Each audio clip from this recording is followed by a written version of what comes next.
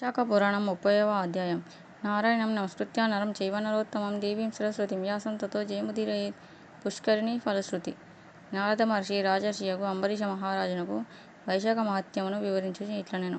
శృతదేవుడు శృతకీర్తి మహారాజునకు వైశాఖ వ్రత మహిమను వివరించుచు ఇట్లనెను. శృతదేవ మహారాజా, వైశాఖ శుక్ల పక్షమున చివర వచ్చు 3 తిథులును త్రయోదశి, చతుర్దశి, పూర్ణిమ అను ఈ 3 తిథులును పుష్కరిణి అను పేరుతో ప్రసిద్ధములు.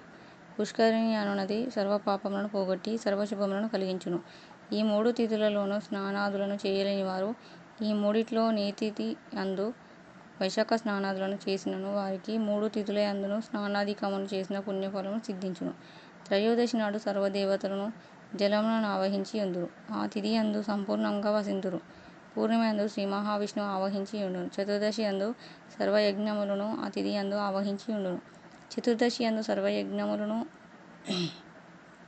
ఆ తిథి యందు ఆవహించి యుండుపై కారణమున ఈ 3 తిథులను ప్రశస్తములైనవి. సుమ, బ్రహ్మహత్య, సురపానం మున్నగు పాపములను చేసిన వారిని కూడా ఈ తిథులు పవిత్రులను చేసి పుణ్యఫలమును ఇచ్చును. దేవాసురుడు క్షీరసాగరమును మథించుచుండగా ఏకాదశి యందు అమృతం జనించినది.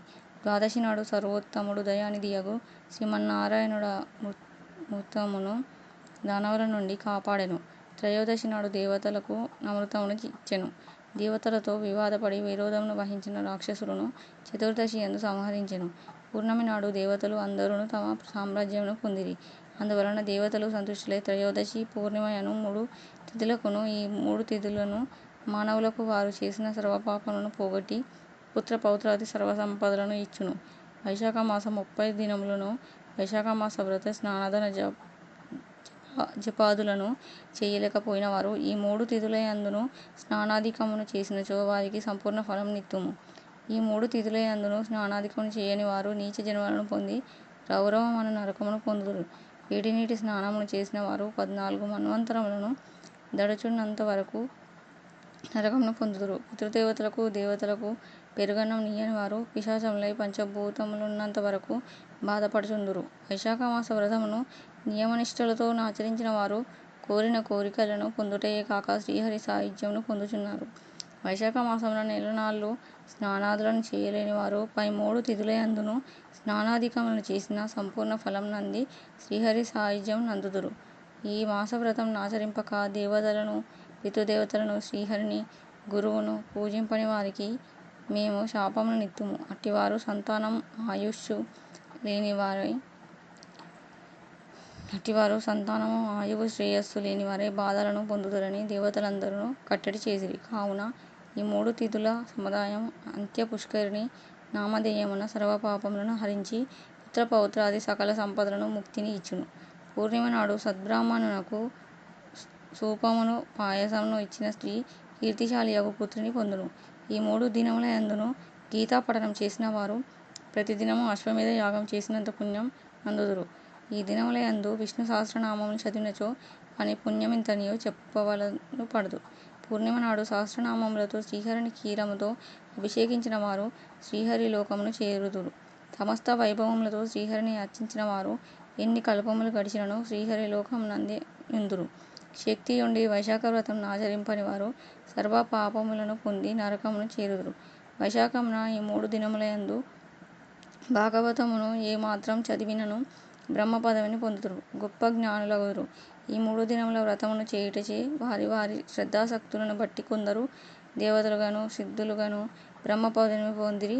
బ్రహ్మజ్ఞాని ప్రయాగలో మరణించిన వారు వైశాఖ స్నానము ఆచరించిన వారు సర్వ పురుషార్థములను పొందుదురు. దరిద్రుడగు బ్రాహ్మణునకు గోదానము నిచ్చిన వారికి అపమృత్యు ఎప్పుడునూ ఉండదు. 3,50,00,000 తీర్థములను కలిసి మేమి పాపములను పోగొట్టుదుమని మానవులు మనలో స్నానం చేయుచున్నారు. అట్టివారి పాపములన్నీయు మనలో చేరి మనము ఎక్కువగా కల్మషమును కలిగి ఉంటిమి. దీనిని పోగొట్టుకొను మార్గమును చెప్పుమని శ్రీహరిని కోరవలెను అని అనుకొని శ్రీహరి కడకు పోయినవి. ఆయన ప్రార్థించి తమ బాధను చెప్పుకొన్నవి. అప్పుడు శ్రీహరి వైశాఖ మాస శుక్లపక్షమున అంత్య పుష్కరిణి కాలమున సూర్యోదయం కంటే ముందుగా మీరు నదులు, చెరువులు మున్నగు వానిలో స్నానమాడిన వారికి మీ కల్మషములంటును. అనగా సూర్యోదయం కంటే ముందుగా స్నానం చేసిన వారికి మీ కల్మషం అంటదు, వారి పాపములు పోవును అని చెప్పాను. సర్వతీర్థములను ఆ విధంగా చేసి తమ కల్మషములను పోగొట్టుకున్నవి. కావున వైశాఖ మాసమున శుక్లపక్షం చివర వచ్చు త్రయోదశి, చతుర్దశి, పూర్ణిమ పవిత్ర తిథులు సర్వపాపహరణములు సుమా. నాయనా శృతదేవ, నీవడిగిన వైశాఖ మహిమను నేను చూచినంత, విన్నంత, తెలిసినంత నీకు చెప్పితిని. దాని మహిమగా పూర్తిగా చెప్పుట నాకే కాదు, శివునకును సాధ్యం కాదు. వైశాఖ మహిమను చెప్పుమని కైలాసమున పార్వతి అడగగా శివుడు 100 దివ్య సంవత్సరములు ఆ మహిమను వివరించి ఆపై శక్తుడు కాక విరమించెను. ఇట్టిచో సామాన్యుడనగు నేనింటివాడను శ్రీహరి సంపూర్ణంగా చెప్పగలడేమో తెలియదు.